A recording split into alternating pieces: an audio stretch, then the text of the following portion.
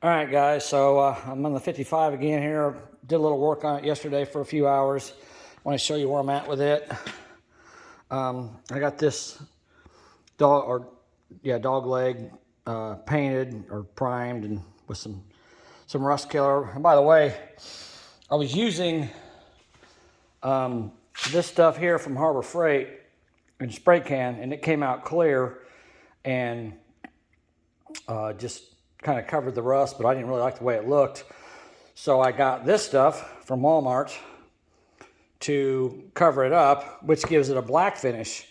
But then when I went back to Harbor Freight and got some more of this and started spraying it, I noticed this can has a rattle,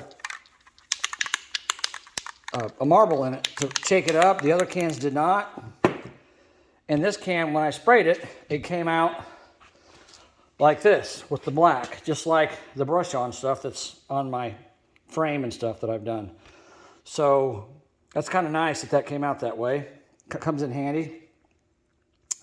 And it could be sprayed in places where, you know, it's hard to reach and whatever, but I like the way it looks. It looks pretty good. So here's the braces I got welded in. I got that one welded in. The back one, I just cut it. I got the end piece and I cut it right there. You can see where the old one is there and the new one's there. So I cut it and welded it in. And fortunately, since I had my floor out, I was able to weld it on the inside. So it's pretty much welded solid now. And that's the rear floor brace for the seat. And again, it's the same way. There's where the junction is. That's the old one there, and this is the new one going down to the frame. And then I've got one more brace to put under here, but I gotta put the seat bracket in, the floor pan in first, because all it attaches to is the floor pan and the rocker panel. So I haven't put it in yet. And up there, I've got the up front floor brace in. I had to do some modifications to it to make it fit. I think I told you guys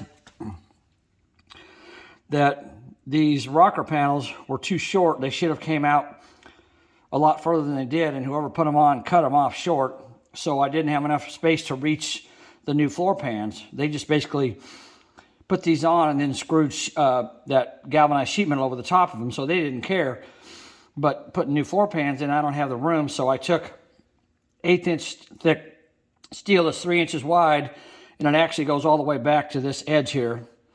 And I clamped it in place and welded it. You can see my weld marks there. I drilled holes and just plug welded it. And a few places I welded along the edge there too. But anywhere there was a hole where there used to be a rivet, I drilled that out and welded those shut too. And then, let me go around the other side of the car so you can see what I'm talking about.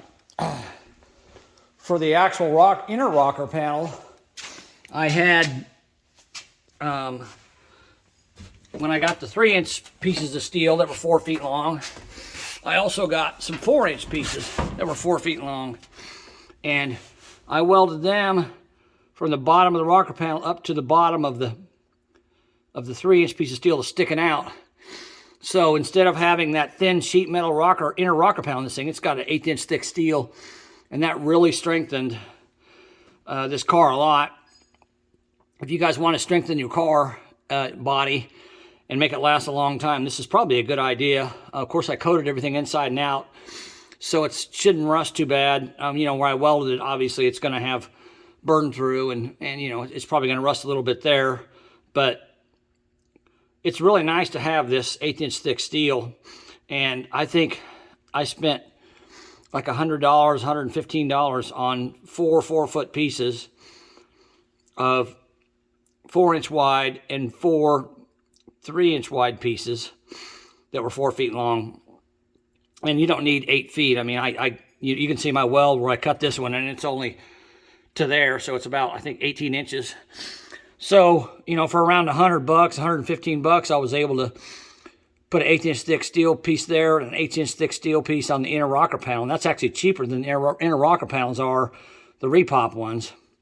And of course, they're sheet metal. This is 1/8-inch thick steel, so it's a lot heavier. I like the way that turned out. It looked really good. You can see a close-up view of that, so that looks nice. The only bad thing is like that brace down there. I had to cut well, this one here too. I had to get this out of the way. I had to trying to get that piece of material out of the way. I had to cut this tab at the top. I had to notch it and bend it back because it wouldn't go out far enough. It hit the steel because it's thicker steel, and it wouldn't allow it to seat back here where I made my attachment to the old brace. So I had to cut a notch in the top of it and just bend the tab back to give it a little bit of clearance. And then once I welded this in, then I just took a hammer and hammered that back down flat, and I've welded it part way around. I got to weld it the rest of the way. I ran out of gas last night, so I wasn't able to weld it. And I welded that 3-inch, or that 3-inch wide piece. I welded it across the top of the pillar there, and then underneath.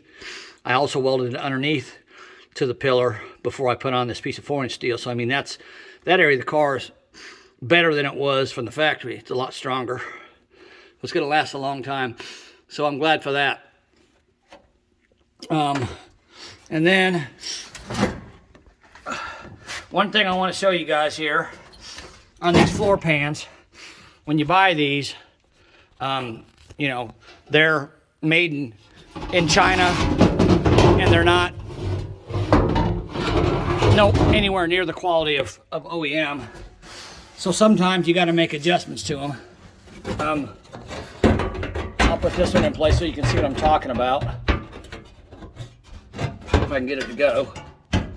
Come on. There we go. So that one goes there.